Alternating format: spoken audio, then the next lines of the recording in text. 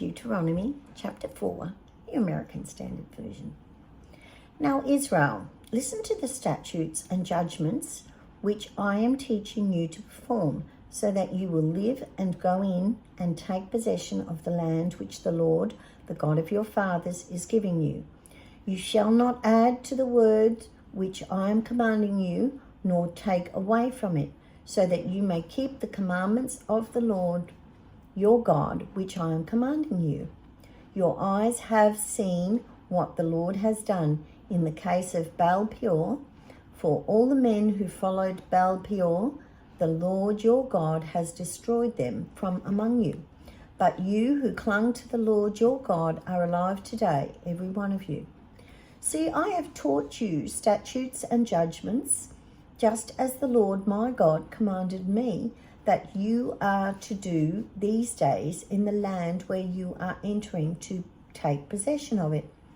So keep and do them, for that is your wisdom and your understanding in the sight of the peoples who will hear all these statutes and say, surely this great nation is a wise and understanding people. For what great nation is there that has a God so near to it as is the Lord our God, whenever we call on him? Or what great nation is there that has statutes and judgments as righteous as this whole law which I am setting before you today? Only be careful for yourselves and watch over your soul diligently, so that you do not forget the things which your eyes have seen, and they do not depart from your heart all the days of your life, but make them known to your sons and your grandsons. Remember the day you stood before the Lord your God at Horeb, when the Lord said to me, assemble the people to me, that I may have them hear my words, so that they may learn to fear me all the days that they live on the earth, and that they may teach their children.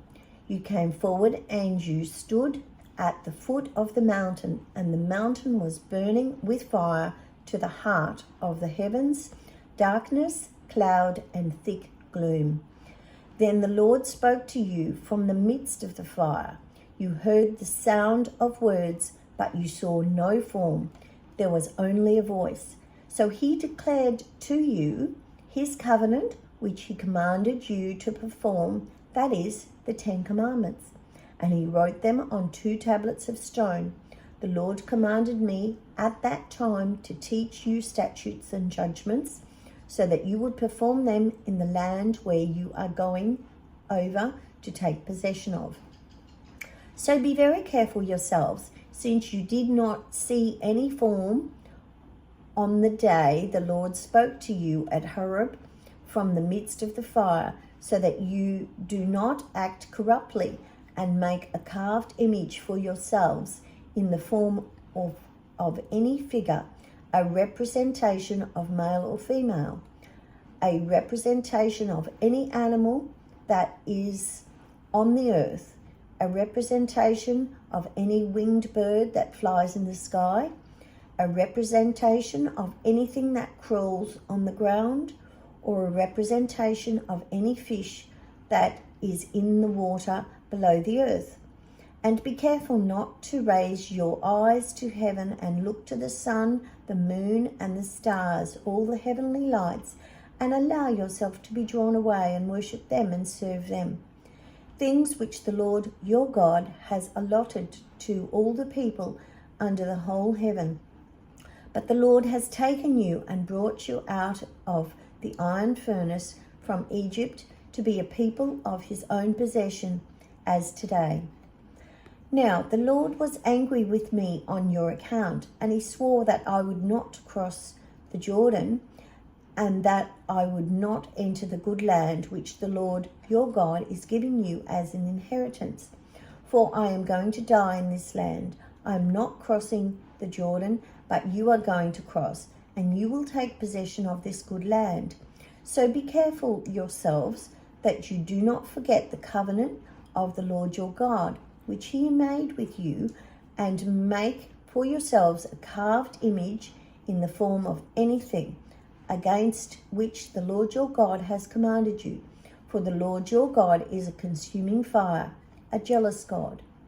When you father children and have grandchildren, and you grow old in the land, and you act corruptly, and make an idol in the form of anything, and do what is evil in the sight of the Lord your God, to provoke him to anger, I call heaven and earth as witnesses against you today, that you will certainly perish quickly from the land where you are going over the Jordan to take possession of it. You will not live long on it, but will be utterly destroyed. The Lord will scatter you among the peoples, and you will be left few in number among the nations where the Lord drives you. There you will serve gods, the work of human hands, wood and stone, which neither see nor hear, nor eat nor smell anything. But from there you will seek the Lord your God, and you will find him if you search for him with all your heart and all your soul. When you are in distress, and all of these things happen to you in the latter days, you will return to the Lord your God and listen to his voice. For the Lord your God is a compassionate God.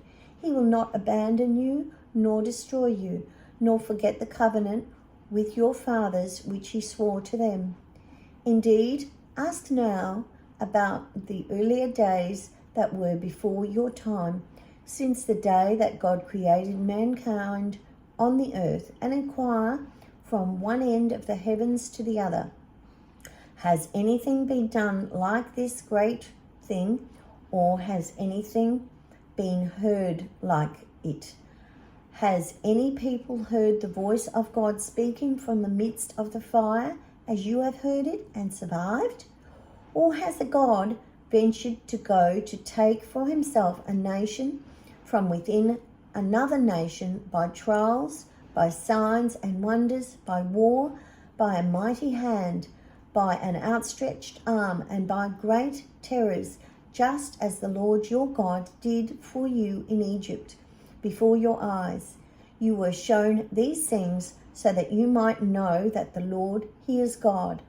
There's no other beside him. Out of the heavens he let you hear his voice to discipline you, and on earth he let you see his great fire, and you heard his words from the midst of the fire. Because he loved your fathers, he chose their descendants after them, and he personally brought you from Egypt by his great power, driving out from before you nations greater and mightier than you, to bring you in